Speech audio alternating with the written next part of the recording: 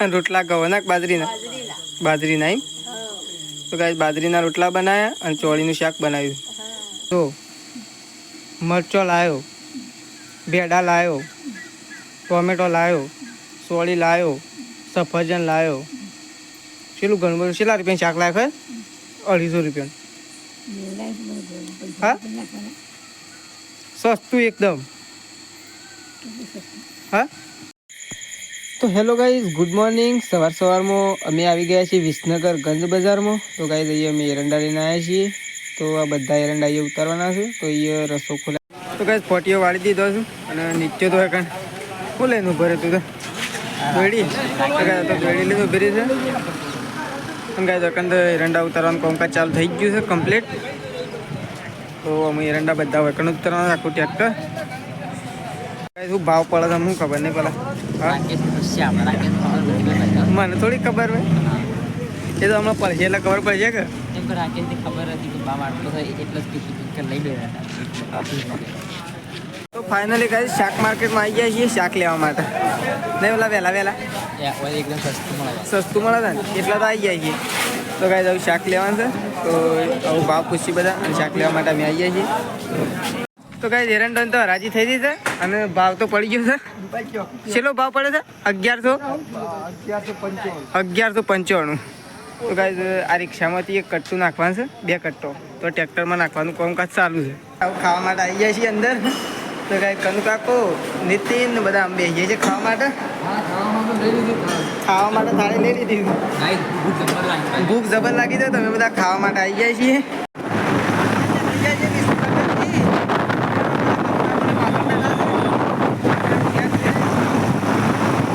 તો finally guys શેધાજી બેસી ગયા છે ચોળી મળવા માટે. નહીં શેધાજી? માજીને બે નહીં માજી કોઈ રોટલા ગવાના કરવાના બાજરીના. હા તો ગાઈસ શેધાજીને 2 જણા બેસી ગયો. ઘોળો કર્યો નહીં દે તો પહેલાં ઘોળો તો કરો. તો ગાઈસ ચાલો હું ઘોળો કરી દઉં.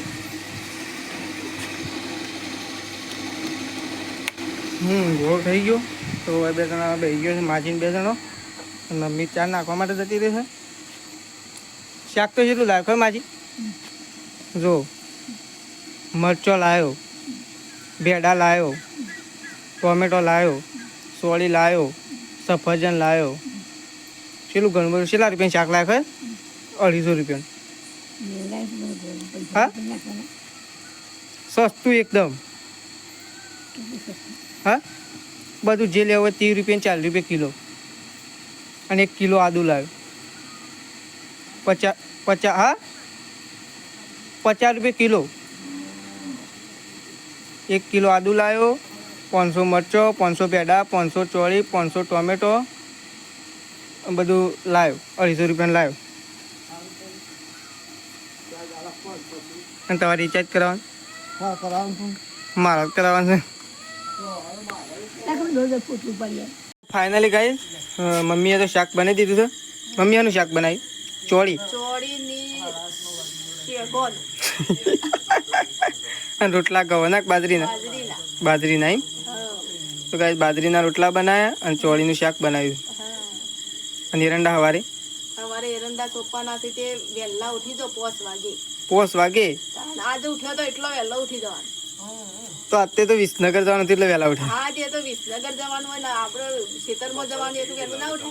હા ટીવી તો 5 વાગે ચાલુ કરી પપ્પાએ ટીવી. 5 વાગે આજ તો હળાશા તમે આવ્યા તો હોય હું 5 નું 4 નું 5 હળાશા અમે હોય આવ્યો. પણ તઈ 2 જણો બહાર ઉભો રહે તાણે મારી વોશ ઉગડી હતી. કોલગેટ તો વહેલા ના કેવું પણ મને જો ખબર હતી. તો ફાઇનલી ગાઈસ ખાવાનું તો થઈ ગયું છે. ચોળીનું શાક અને બાજરીના રોટલા. તો ગાઈસ મમ્મીએ તો શાક કાઢી દીધું છે બધાનું. પ્રકાશ, શેધાજી, મમ્મીનું, પપ્પાનું ને મારું. તો ગાઈસ પ્રકાશ, મમ્મી, પપ્પા અને શેધાજી 4 જણા ખાવા માટે બેસી ગયો છે. અને ઘણા દિવસથી કોમેન્ટ આવતી હતી 2-3 મહિનાથી કે તમે માજીને માજી ના કહો. એટલા માટે આજથી માજી નહીં કહું, આજથી બા કહું છું. એટલે બા ખાવ નહીં લેડો તને ખાવા. હા હેલો આ બધો બેસી ગયો ખાવા માટે પછી આપણો અમે બેસીએ છીએ આપણે બે રહી જવું હા બેસીએ છીએ ખાવાનું જ છે વળી તાન તો એ બધા બેસી ગયો અમે રહી નહીં જઈએ પછી તો કાંઈ ચોળીનું શાક બનાવ્યું છે અને બાજરીના રોટલા બનાવ્યા છે અને ઘઉં બનાવ્યા છે પ્રકાશ મળ્યું હા ખારો છે પપ્પા રોટલો થોડું મેઠું કાઢ લ્યો ખારો હોય તો ગાઈ ચલો આવું ખાઈ લઈએ પ્રકાશ એ પ્રકાશ ઊંઘવું નહીં એમ બહાર ઊંઘવા છે આપણો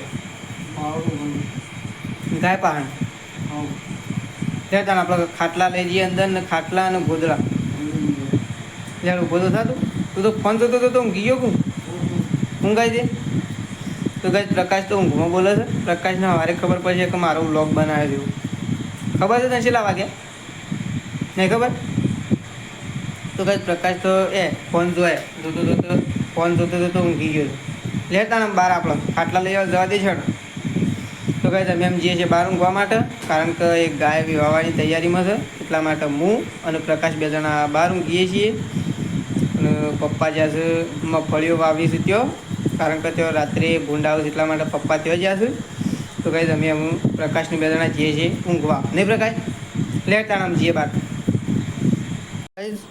બા તો ટીવી જોતો ઊંઘી ગયો ઊંઘાઈને હા ઊંઘાઈને થાકલા જતું બાપુ અત્યારે હજી ઊંઘી તો ચાલુ કરું બસ આજ તો 9 વાગ્યા 9 વાગ્યું 10 વાગ્યું પણ હું ગાઈ શકતું બપોર હવામાં વહેલો ઉઠ્યો પછી બપોરે બેહવામાં કંટાળો આવ્યો છે હા બેહવામાં કંટાળો આવ્યો શું કન જતો દાદરપુર શેમ શુભ મિલા શોક મુકાવા તો ગાઈસ બા તો આજે બાદરપુર જતો બાનું શું થાય બા શું થાય તમારું પીવું થાય પિયર બા જતો યોના પિયર